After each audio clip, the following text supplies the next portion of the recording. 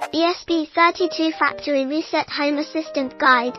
Tech TV. You may have some ESP32 cards that need a factory reset, particularly if you are trying to use them on Home Assistant. Something I have found is that I was able to reset some card using HTTPS, espBuilder, GitHub, IOESP-Tool.js website, and following instructions or the HTTPS, Adafruit, GitHub, Adafruit Web Serial ESP Tool website. These techniques successfully reset some cards, and I was able to use espBuilder tool in HA to use the cards, but some cards refused to be usable. Then I simply followed up the first procedure, but then simply connected the card to Arduino IDE, loaded Blink, and then I was able to use the card in Home Assistant. Don't ask me to explain it, but you might try it if you are stumped.